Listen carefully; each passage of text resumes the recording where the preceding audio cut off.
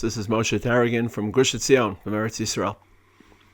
It's almost the 400th anniversary of the great $24 swindle in which Peter Minuit purchased, supposedly, maybe an apocryphal story, the island of Manhattan from the local Native Americans for what was the equivalent of $24. It was the island of Mahatis, and that probably goes down, if it happened, as the worst trade in history. Well, I'll come clean. I'm a Mets fan. So I've been a Mets fan for a long time. So I don't know what that means to be a Mets fan in the middle of Gush Etzion. But I always joke that when you get to Shamayim, there are two lines to get into Gan Eden. One is the regular line, and one is for Mets fans. And the Mets fans have an express line because they already had their Gehenna on this earth. So I've had my fair share of poor trades. But that takes the cake. But in reality, Parshas Toldot frames a trade which was more unequal and more tragic and more pathetic than either all the trades the New York Mets have made throughout my lifetime or the trade of Manhattan. And that is, of course, the trade of the Bechorah and Jewish legacy and Jewish mission and Jewish history for a bowl of lentils, for a bowl of Nezir Adashim. So, of course, the question becomes, what was Esav thinking? What was this man thinking? He wasn't an idiot. He wasn't a smart person. He knew how to hunt. He had cunning. He was conniving. He manipulated his father. He wasn't an imbecile. He wasn't the Tam of the Haggadah. If anything, Yaakov's called Ishtam, of course, doesn't mean simpleton, but Esav was nothing like a Tam. What was he thinking? So there's this one pasuk at the heart of this trade, the heart of this barter, the heart of this forfeiture, that says it all. But it says it all in two or three different ways. Esav says, Hinei anochi holech lamus, v'lama ze li Bechorah. Hinei anochi holech lamus, v'lama ze li Bechorah. Let me see if I can get the Rashi out. What is Esav saying when he says, Hinei anochi holech lamus, v'lama ze li Bechorah? So Rashi provides the first pshat.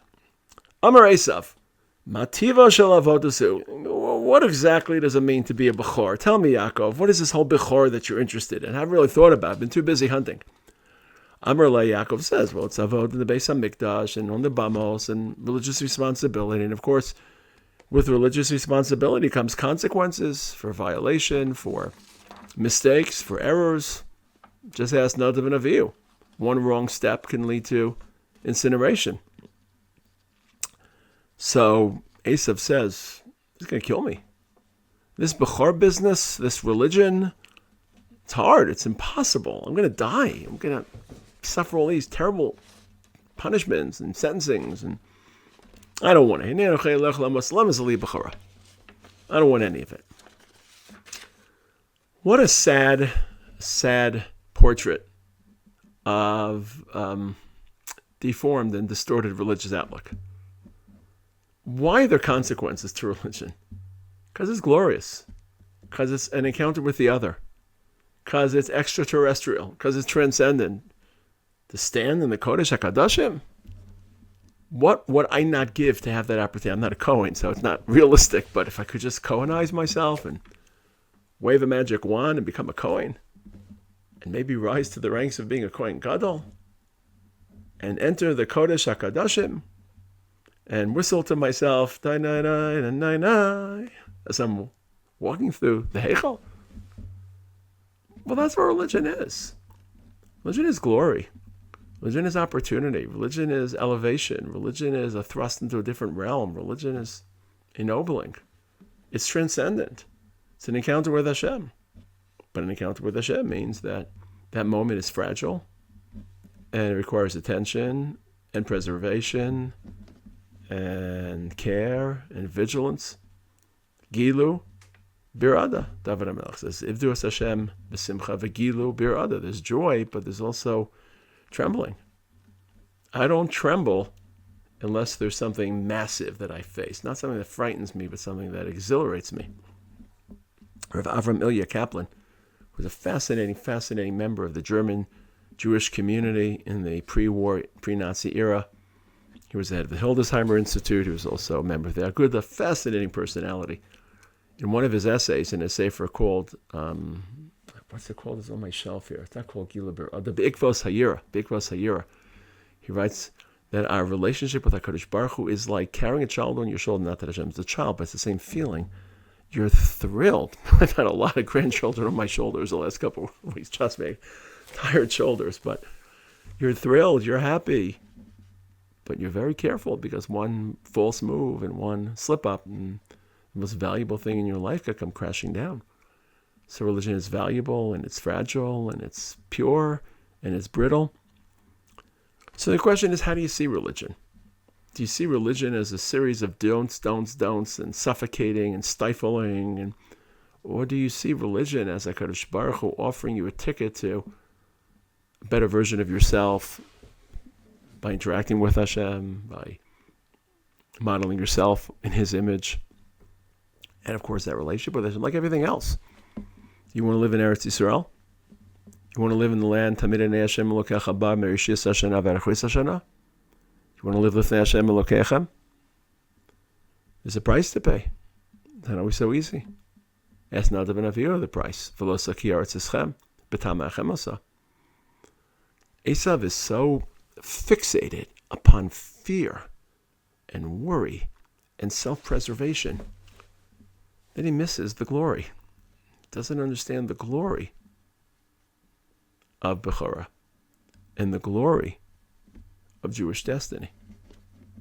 So he fritters it away for $24 of beads, or in this case, $24 of red lentils. And that's the first mistake. How do you see religion? In a general sense, it's so important to stress the beauty, the melody, the richness, the depth, the power, the glory, the passion of religion. So many people, especially when they're young and adolescent, they get wrapped up in the don'ts and the consequences and the punishment and the guilt and the averos, and religion becomes dark and suppressive and oppressive and suffocating and odious, chas v'shalom, and they don't realize that every trait Hashem gives us has a time and a place. Hashem does not plant desires, faculties, and capabilities in the human heart just to suppress them, just to dangle them in front of us and tantalize us that we'll discover the discipline and holding out and resisting. There's a time and a place for every single trait Hashem embedded within the human heart. And that religion is our playbook. How to use it, when to employ it, when to deploy it, when not, when to suppress it. It's so important that religion be seen in positivist ways, especially in today's world, for a range of cultural issues and reasons that I'm not going to discuss right now. And Esav just sees it as fear, thunderbolts, lightning, fear, terror, consequences, gravitas, well, not gravitas, but gravity, and something that will hold him down. The second meaning, and this is such a pregnant pasuk, Hine anochi holech lamus, v'lama zeli Bechorah. The second meaning is that Esav says, I'm going to die, not because of the Bechorah, but how long will I live? A couple of those days. How long do people live? You're living to the mid-hundreds in those days. Yitzchak, Avraham. Why should I take responsibility in this world if it's all going to end? Namely, as Chazal say, he denies Techiyas HaMesim, he denies Olam Haba. And the question is, how did he get there? How did he lose his vision? How could you not think about the next world? How could you not? And the answer is hiding in plain sight, right in the Psukim. He comes in from the field, and the Torah describes, this is the Torah describing him, He's just exhausted. He's Ish Yodat Sayid, Ish Gibor Yodat Sayid. He's someone that's constantly hunting. He's in the field of activity. And because his life is so busy, because he's a Yodat Sayid, Ish Sadeh, he doesn't have time to stop and smell the roses. Or in this instance, not to smell the roses, but to cast his vision beyond the immediate moment, beyond the immediate next day, next hour. In the end of the section, you see how busy he is. As far as I know, this is the only time in Tanakh in which 5 verbs occur in sequence without any interruptions, without any nouns or other grammatical elements. Vayochal, vayesht, he eats and he drinks. Vayakam, he rises. Vayelech, vayives. because he's so busy eating, drinking, running, chasing, busy with his profession, he has no time to think about the Bechorah, to think about Olam Haba, to think about the next day, to think about long term. It's just the rat race. He's on the treadmill. Even when he eats, it's so sad. Eating should be an aesthetic experience. Eating should be an enjoyable experience. We recite a bracha for that reason. Social experience. And for him, it's just a pit stop at the gas station. Haliteni na min hadom hazeh ki ayef anochi. It says it all. Fill me up. Haliteni. I'm going to open my mouth as wide as I can. I can't talk enough my mouth, so you get the gist. And just put the nozzle in and just fill me up, because I have the next lion to slay and the next buffalo to catch and the next, the next bear to trap in my snare. So when we get busy, we lose our capacity for long-term vision. Generally, long-term vision is when we are at our best. Short-term needs is when we're at our worst, generally. Generally, sin is an unfortunate barter of long-term values for short-term expedient needs. Right now, I need to tell a lie, follow my desires, sleep through minyan, whatever. I know that long-term it's just not worth it. It's just schar mitzvah keneged hefseda, schar avera keneged, everything is calculus. And generally, we shrink into a small place and small character. We're locked in the moment and the needs of the moment, and we abdicate long-term vision, long-term consequences. V'lo shamu el Moshe mikotze ruach u'me'avodah kasha. Surviving. I once asked a Holocaust survivor, what were you thinking about during the Holocaust? And they told me, we weren't thinking. We were just putting one foot ahead of the next. Baboker tomar mi'itin erev. V'erev tomar mi'itin boker mipachad v'avcha asher tifchad. As the Tochacha describes, people get caught into such crisis and stress that they stop thinking about long-term issues. Esav is a self-inflicted wound. He's just too busy. We're a very busy culture. We think that if we have no time on our schedule, that's probably indicative of our being highly successful people. It's a curse. It's not a blessing. It's a curse. It's not a blessing. To be so busy you don't have time to. That's a curse. Very busy people know how to make time for things that are important. Know how to set aside time for people that are important. Know that relationships are more important than accomplishments. And Esav just doesn't get it. Your dad Zayed, Ishki Bar, your dad Zayed, he's Ish Sadeh. Just so busy in the field. I don't just mean the field of hunting and the field of work, the field of labor, the Shosar Rabin, the field of public opinion, the field of public accomplishment, the public achievement, the field of salary, the field of corporate, the field of... Well, there's a little bit of Esav in all of us. Just like that first Rashi, a little bit of Esav that we tend to fixate upon the consequences and the punishments and the dark side of if we fail at religion rather than understanding the glory and the opportunity of religion, the nobility of religion. Same is true about that second interpretation. We're all very tired, preoccupied. Our minds are so busy. Our phones absorb us and engulf us.